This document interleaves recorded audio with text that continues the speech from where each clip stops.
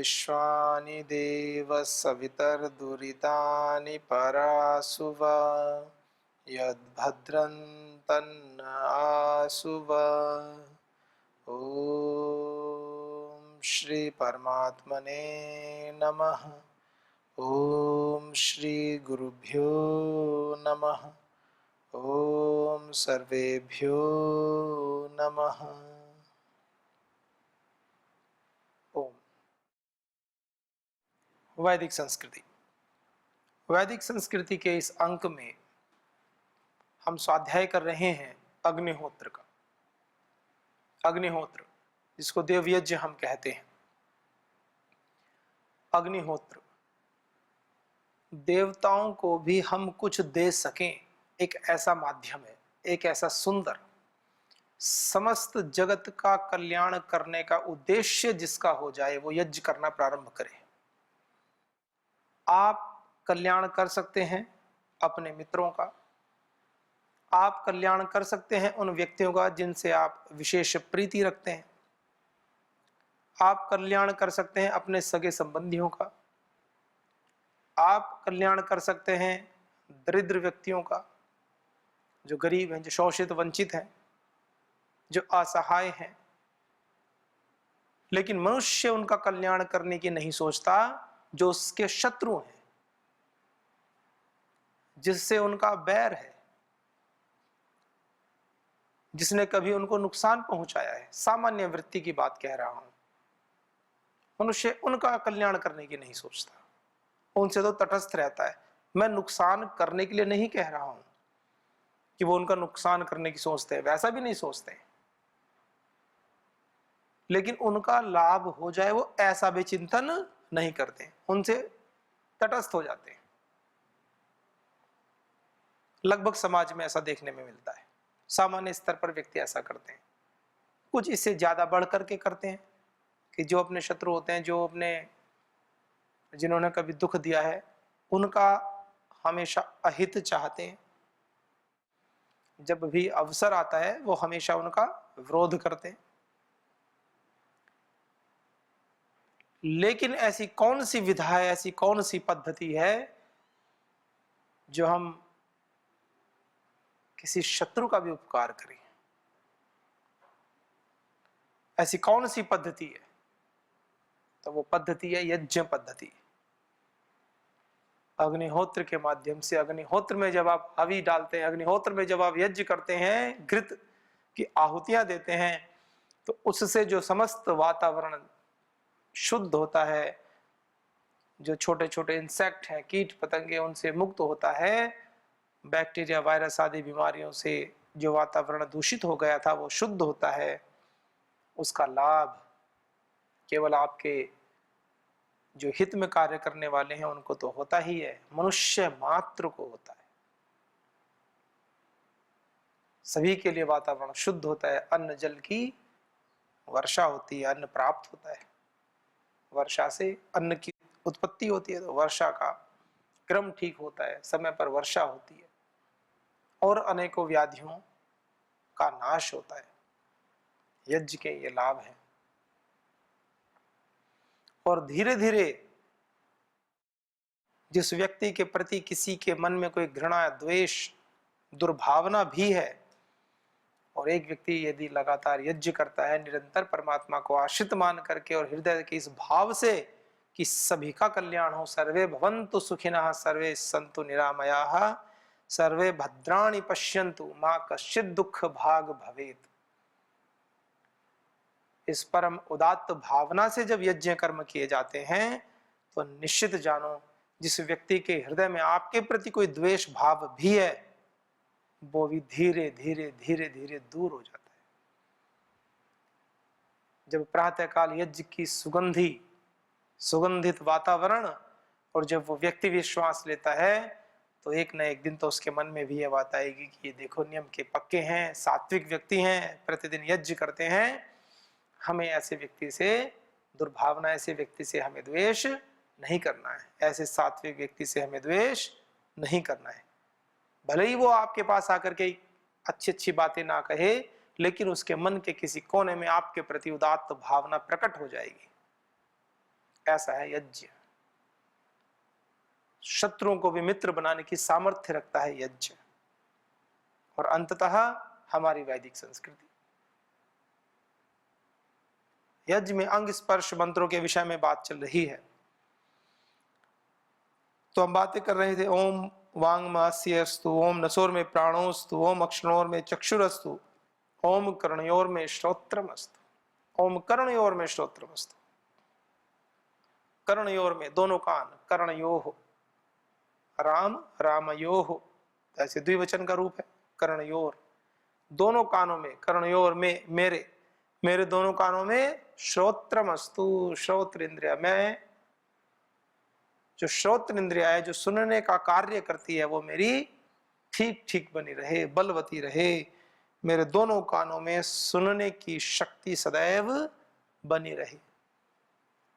थोड़ी सी आयु बढ़ जाती है,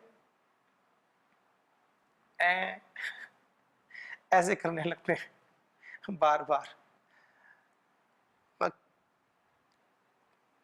कोई कमेंट नहीं कर रहा हूं किसी के ऊपर, एक सामान्य बात बता रहा हूं।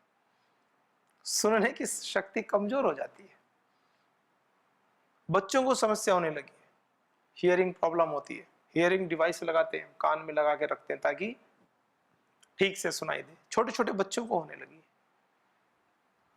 और वेद मंत्र कहता है ओम कर्णयोर में श्रोत्रमस्तु, मेरे श्रोत्र इंद्रिया मेरे कर्णों में बलवती बनी रहे, सदा स्थिर बनी रहे, शक्तिमान रहे। दूर की भी सुन लो, ऐसी इंद्रिया हो, इतनी सूक्ष्म इंद्रिया हो।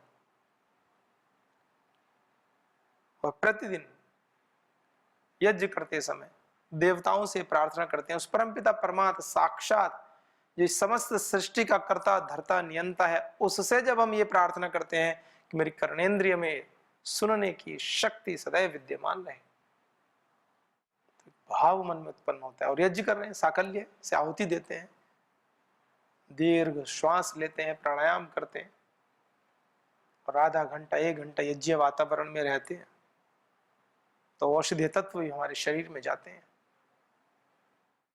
कितनी विशेषता है इस यज्ञ पद्धति में, कितनी वैज्ञानिकता है इस यज्ञ पद्धति में। ये रूढ़िवादी परंपरागत कोई ऐसा विषय नहीं है जो अज्ञान मूलक हो। इसके मूल में तो ज्ञान है, और ज्ञान भी कैसा, विशेष ज्ञान, विशेष ज्ञान है।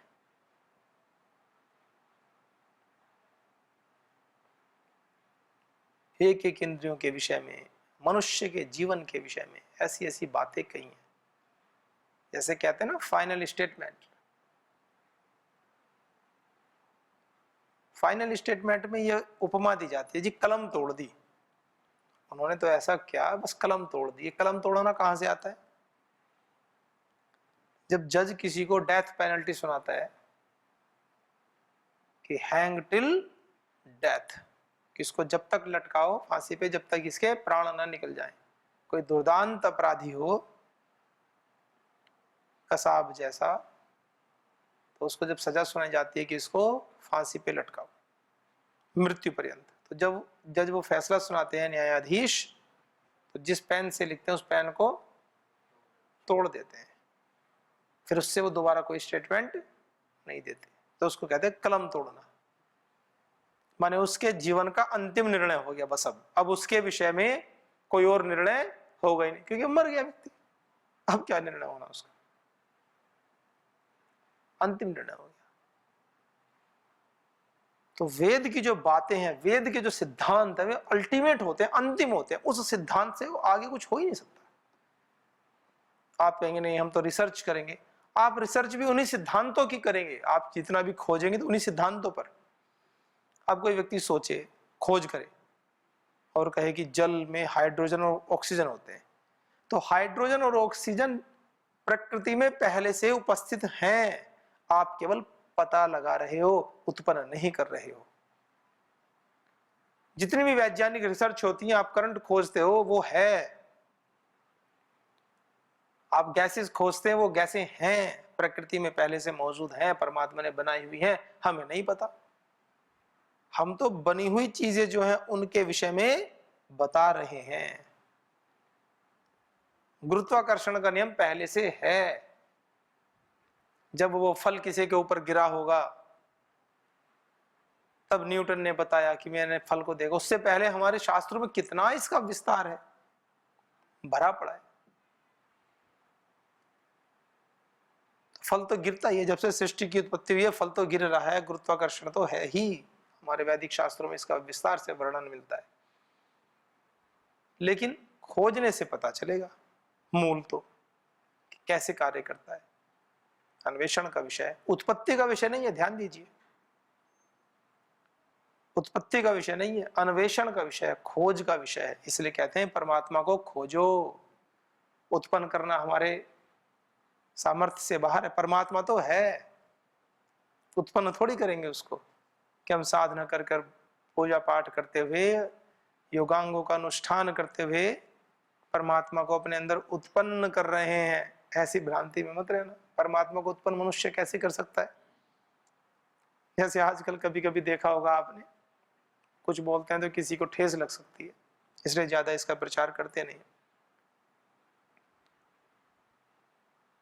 भुजाएं है न गर्दन है न सीना है न पेशानी, तुम्हो निर्लेप नारायण कहाँ चंदन लगाऊं मैं। लगाना भोग कुछ तुमको यह अपमान करना है, खिलाता है जो सब जग को उसे कैसे खिलाऊं मैं। या कोई भोग लगाना, थोड़ा भगवान के लिए भोजन निकालना, उसके लिए नहीं कह रहे हैं, एक बड़े परिप्रेक्ष्य में बात कह रहे हैं, उसकी महत्ता को बता रहे हैं। क्या भोग भी लगा रहे हो या कुछ कर भी रहे हो तो अपने कल्याण के लिए कर रहे हो, भगवान के कल्याण के लिए नहीं हो रहा। भगवान का मोक्ष नहीं होगा उससे। हमारे ही चित्त की भावनाएं पवित्र होंगी, अंतःकरण पवित्र होगा और ईश्वर के और नजदीक जाएंगे, इसलिए करते हैं हम। भगवान को कोई आवश्यकता नहीं आप भोग लगाओ या ना लगाओ। भगवान आपके भोग के भूखे नहीं है, वो तो भाव के भूखे। किस भाव से आप साधना करते हो ताकि वो आपका कल्याण कर सकें, वो इसलिए वो भी चाहते हैं ये इनका कल्याण हो जाए। आप एक पग बढ़ाओ, वो 1000 पग दौड़े चले आएंगे। ये प्रसंग सुनाते हैं ना सुदामा का। सुदामा का जैसे ही पता चला अपने मित्र का कि मेरे द्वार पर आया है, तो भगवान श्री कृष्ण दौड़े चले गए। एक कदम कोई भक्त बढ़ाए तो ईश्वर की तरफ दौड़े चले आते हैं। ये प्रसंग है। बढ़ाना पड़ेगा प्रामाणिकता के साथ, दिखाने के लिए नहीं, दिखावा नहीं। किसी को दिखाने के लिए पूजा करने बैठ गए, साधना करने बैठ गए, नहीं बैठेंगे तो डांट पड़ेगी, नहीं बैठेंगे तो छोटे मोटे दंड मिल जाएंगे, दूध बंद हो जाएगा। वो तो एक व्यवस्था है बनाने के लिए, वो तो करना पड़ता है, आवश्यक भी है। छोटे छोटे बच्चों को प्रेम से ही समझा जाता है, फिर ना माने तो जब विधि की अवहेलना होने लगती है तो नियम प्रवृत्त करना ही पड़ता है, और नियम की भी ना माने तो दंड प्रवृत्त करना पड़ता है। ये तो समाज की व्यवस्था है, नहीं तो व्यवस्था ही कैसे चले। लेकिन लाभ कब होगा? जब अंदर से पुकार उठेगी। और अंदर से पुकार कब उठेगी?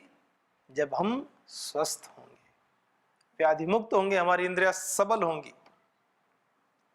परमात्मा तो बहुत सूक्ष्म है ना, he is a subtle element, बहुत सूक्ष्म है, सूक्ष्माति सूक्ष्म है। जिसको आप सूक्ष्म कहते हो वो उससे भी सूक्ष्म है। जिसको आज तक वैज्ञानिक खोज पाए हैं, जिसको परमाणु कहते हैं, उससे भी सूक्ष्म है। और जब परमाणु से भी सूक्ष्म खोज लिए, उससे भी सूक्ष्म है। जिसको आज परमाणु कहते हैं कि सबसे सूक्ष्म इकाई है, कुछ साल पहले तक कहते थे, अब उससे भी सूक्ष्म चीजें खोज ली हैं कि नहीं, परमाणु से भी सूक्ष्म है। तो जो परमाणु से जो सूक्ष्म है, परमात्मा उससे भी सूक्ष्म है। मनुष्य जितना भी सोच सकता है उससे सूक्ष्म है। तो क्या कहा? ओम कर्णयोर में श्रोत्रमस्तु, मेरे दोनों कानों में सुनने की शक्ति बनी रहे। किस चीज को सुनने की शक्ति बनी रहने के लिए क्यों कह रहे हैं? ऐसा क्या सुनना है हमें? हमें सुनना क्या है, ये भी बात है। उस शक्ति का हमें सदुपयोग करना है कि दुरुपयोग करना है, ये भी चिंतन का विषय है। क्या सुने हम? फिल्मी गाने, अनावश्यक के नाटक, फिल्में, इधर उधर की बातें क्या सुने? कानों में अगर शक्ति हम चाह रहे हैं कि परमात्मा आपके गुणों को हम सुने, पढ़ें, सुने और गुने, उसको मनन करें, चिंतन करें, अपने गुणों में उसको लाएं, यह है सुनने का तात्पर्य। सत्संग में वैदिक ज्ञान को सुने, उन माध्यमों का प्रयोग करें जिन माध्यमों से ईश्वर के और निकट पहुंचा जा सकता है, उन माध्यमों पर चिंतन करें, वहां सुने। और मूल में कसौटी रखें कि वेद एक कसौटी है, वैदिक ज्ञान एक कसौटी है। नहीं तो सुनने को तो क्या क्या सुनेंगे भगवान के नाम पे भी।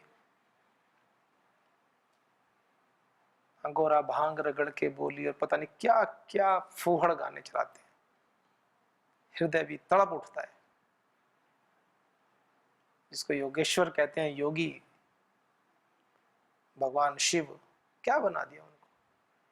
केवल अपने निजी निहित तो स्वार्थों की पूर्ति के लिए कि हमें कोई कुछ ना कहे, हम नशा करें, भांग पिए, शराब पिए और हमें कोई कुछ ना कहे, हम यूं कहते हैं हमारे तो भगवान जी भी ऐसे ही करते थे। अरे जैसे आप नशेड़ी ऐसे भगवान जी, बताओ, भगवान को भी नशेड़ी बना देते। क्यों उनको नशा करना है? ताकि उनको लोग कुछ ना कहें। तो ऐसे ऐसे कार्यक्रम करते हैं। हमें इस चिंतन करना है हम क्या सुने। तो ये भी एक बात है समाज में, सुनने तो जाएंगे लेकिन क्या सुन के आ रहे हैं, कैसे पता चलेगा कि अच्छा है? सुनने की शक्ति हमारी पवित्र बनी रहे और जो सुने वो ज्ञान भी पवित्र हो। वेद इसकी कसौटी है, वैदिक संस्कृति इसकी कसौटी है, वैदिक ज्ञान इसकी कसौटी है, जो ऋषि हैं वो इसकी कसौटी है, जो वेद मंत्रों के दृष्टा हैं वो इसकी कसौटी है, जो समस्त प्राणियों पर अनुग्रह और दया की भावना रखते हैं वो इसकी कसौटी है, जो प्रतिदिन निरंतर वेद नियमों में जीते हैं और उनके जीवन को देख करके आप उनके अनुसार आचरण कर सकते हैं, जिनके जीवन में मिलावट का अंश नहीं है, वो कसौटी है। आप देखिए, जो कह रहे हैं क्या उसको वो जी रहे हैं? वो आपसे पुरुषार्थ करने को कहते हैं और स्वयं आराम करते रहते हैं पूरा दिन, तो कसौटी नहीं है, मामला कैंसिल हो गया, बात नहीं बढ़ी आगे। परम श्रद्धेय श्री स्वामी जी महाराज, परम श्रद्धेय आचार्य श्री जी को देखो, वो कसौटी है। महर्षि दयानंद सरस्वती जी के जीवन को देखो, वो कसौटी। आदि गुरु शंकराचार्य जी के जीवन को देखो, वो कसौटी है। गुरु गोविंद सिंह जी के जीवन को देखो, वो कसौटी है। अपने चारों पुत्रों को राष्ट्र के लिए न्यौछावर कर दिया, वो कसौटी है। जब विषय आया कि पुत्रों का बलिदान देना होगा, तो कुछ साथियों ने कहा कि बच्चों को रहने देते हैं, बच्चों को युद्ध में नहीं भेजते, इनको गुप्त मार्ग से निकाल देते हैं। तो बोले आप भी तो मेरे बच्चे हो। कितने उदात्त भाव, जैसे ये मेरे बच्चे ऐसे आप भी मेरे बच्चे हो।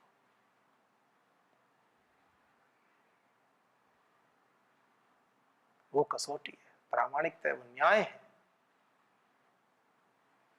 ये भाव सहज उत्पन्न नहीं होते जब तक व्यक्ति के जीवन में तप ना हो। तो क्या सुने? ऐसे सुंदर शास्त्रों को सुने, उनके उपदेशों को सुने। पढ़ नहीं सकते हैं, समय नहीं है, मार्ग में जा रहे हैं, कहीं ऐसे स्थान पर हैं कि जहाँ ये ऐसे साधन उपलब्ध नहीं है, तो कुछ ऐसे उपदेशों का संकलन कर लिया करें अपने जीवन में कि कहीं जाना पड़े इधर उधर तो कुछ अच्छी बातें सुनते हुए चले जाया करें। ऐसे अपने जीवन को बनाएं। नहीं तो क्या सुनोगे मार्ग में? हॉर्न। चालक को नहीं सुनना चाहिए, चालक अपना गाड़ी पे ध्यान रखे, बाकी जो दूसरे हैं वो क्या सुनेंगे? बस में है, ट्रेन में है, गाड़ी में, इधर उधर की बातें खाली पीली, कहीं हॉर्न की आवाज, कहीं ट्रेन की आवाज, कहीं आने जाने की आवाज अनावश्यक। सुनने का काम तो श्रोत इंद्रिय कर ही रही है, पर आप क्या सुनना चाहते हो? ऐसा सुनना चाहो ना जो आपके जीवन के लिए कल्याणकारी हो, आपके जो समय मिला है उसका सदुपयोग हो जाए। और मनुष्य चाहे तो क्या नहीं कर सकता है। तो इसलिए कहा ओम कर्णयोर में श्रोत्रमस्तु, मेरे कानों में सुनने की शक्ति बनी रहे। वो क्यों बनी रहे उसका भी प्रयोजन है, ऐसे ही नहीं। कानों में तो सुनने की शक्ति है और ईश्वर विषय बातों को नहीं सुना तो भगवान जी भी कहेंगे अरे तो 5 इंद्रियां देकर भेजा, उसमें से इतना सुंदर इंद्रिय दी कानों, उसका भी सदुपयोग मेरे लिए नहीं किया, जिसने दी उसको प्राप्त करने के लिए भी नहीं किया। एक एक इंद्रियों को धन्य कर देना चाहिए अपनी। श्रोत इंद्रिय भी धन्य हो जाए कि देखो इस साधक के शरीर में मैं कितनी धन्य हूं, मुझे कितना पवित्रता से प्रयोग करता है यह साधक। एक एक इंद्रिय ऐसे आनंद से भाव विभोर होनी चाहिए। ओम बाहुवोर में बलम अस्तु, बाहुवोर में बलम अस्तु, मेरी भुजाओं में बल हो। क्यों बल की कामना कही गई है? फिर कमजोर होने से भी फायदा क्या है? यदि बल ना हो तो कमजोरी हो। 2 ऑप्शन है, या तो बलवान बनो या कमजोर बनो। तो बलवान ही क्यों ना बनो? 2 ऑप्शन है, तो भगवान जी को पाओ या मत पाओ, तो पाओ क्यों ना? ये बातें हमें समझ नहीं आती, लेकिन ये बातें तो आती है। या तो भूखा रहो या भोजन कर लो, तो भोजन करेंगे। क्यों? धीरे धीरे वो प्राण चले जाएंगे नहीं करेंगे तो। लेकिन भगवान को जो प्राणों के प्राण हैं, जो प्राणों से प्यारे हैं, वो बात कहने में तो आती है, अनुभव में नहीं आती। तो बलिष्ठ बने, व्यायाम करें। अस्मा भवतु नस्तन, शरीर को बनाओ वज्र की भांति। परम श्रद्धेय स्वामी जी महाराज बताते हैं 12 दंड 8 बैठक लगाओ, जिससे जितनी लगती है उतनी लगाओ। साधारण दंड लगाओ, मिश्र दंड लगाओ, जो भी लगाते। बलवान बने। शक्ति शरीर में यदि नहीं है तो उपासना कर कैसे पाओगे ईश्वर की? तो युवावस्था में भी अपना बल बढ़ाओ और इसके बाद में 55-60 वर्ष के ऊपर फिर उसको सुरक्षित रखो। बल को बढ़ाते रहो और उसको सुरक्षित भी रखते रहो। उससे आगे की साधना में अत्यंत लाभ होता है। नहीं तो फिर हाथ में दर्द, पैर में दर्द, सिर में दर्द, पेट में दर्द और धीरे धीरे दिमाग में दर्द होना शुरू होता है आदमी के। फिर न साधना में मन लगता है और धीरे धीरे परेशान हो जाता है कि अब तो जीवन का अंतिम काल आ गया, अब भी आंख बंद करने पे अंधेरा ही दिखता है। युवावस्था में भी आंख बंद करने पे अंधेरा ही दिखता था। फिर बात ऐसी चलती जाएगी। और श्रीमद् भगवद गीता क्या कहती है? वो कहती है यदि भास सदृशी सा स्यात् भासस्तस्य मान दिवि सूर्य सहस्रस्य भवेत युगपत उत्थिता। दिवि सूर्य सहस्रस्य, हजारों सूर्य भी दिन में एक साथ निकल जाए ना, भवेत युगपत, भवेत होवे युगपत, एक साथ, उत्थिता, उत्थित हो जाए, निकल जाए। हजारों सूर्य भी एक साथ यदि आ जाए, यदि भा सदृशी सा स्यात्, भा चमक, प्रकाश, दीप्ति, सदृशी उनके जैसी हजारों सूर्य के एक साथ निकलने पर जैसी चमक होती है, यदि भा सदृशी सा स्यात् भाषस्तस्य महात्मना, उसकी जो भाषा, उसका परमात्मा को जो प्रकाश है, तस्य महात्मना, उससे अधिक है, उससे श्रेष्ठ है, उससे महान है। कहाँ तो ऐसी बात कहते हैं कि परमपिता परमात्मा का जो प्रकाश है वो इतना तेज है, ज्ञान का प्रकाश इतना उज्जवल है, और कहाँ बचपन से लेकर जीवन के अंत समय तक आंखें बंद करते अंधेरे में ही पड़े हैं। कैसे बात बनेगी? हम स्वयं को क्या उत्तर दे पाएंगे? परमात्मा की तो छोड़ो, स्वयं को क्या उत्तर दे पाएंगे? यदि मनुष्य जीवन पाने के बाद भी, अच्छे ज्ञान को पाने के बाद भी, मार्ग का पता होने के बाद भी वो लोग बच सकते हैं जिनको किसी कारण से पता ही ना चला हो,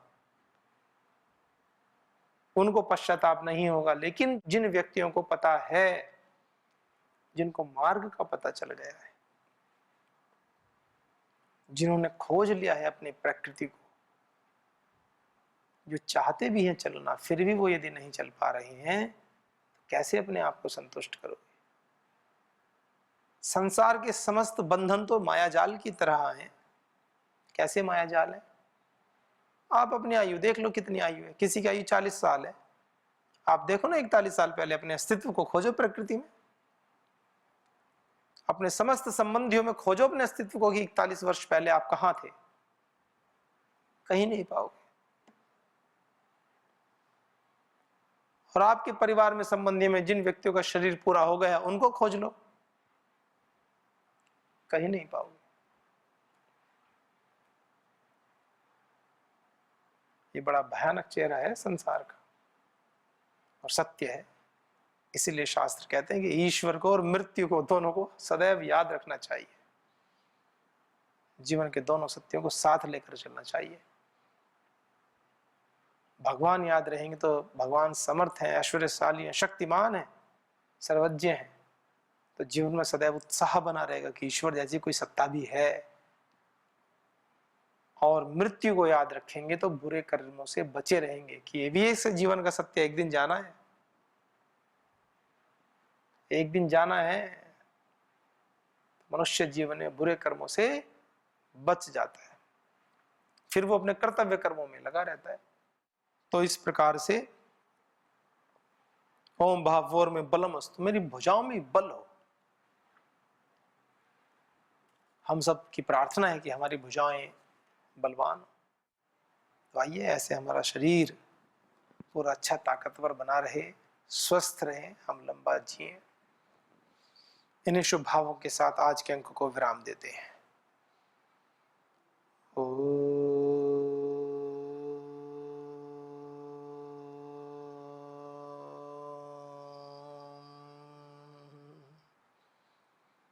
ओम शांति शांति शांति। ओम श्री गुरुभ्यो नमः। ओम सर्वेभ्यो नमः।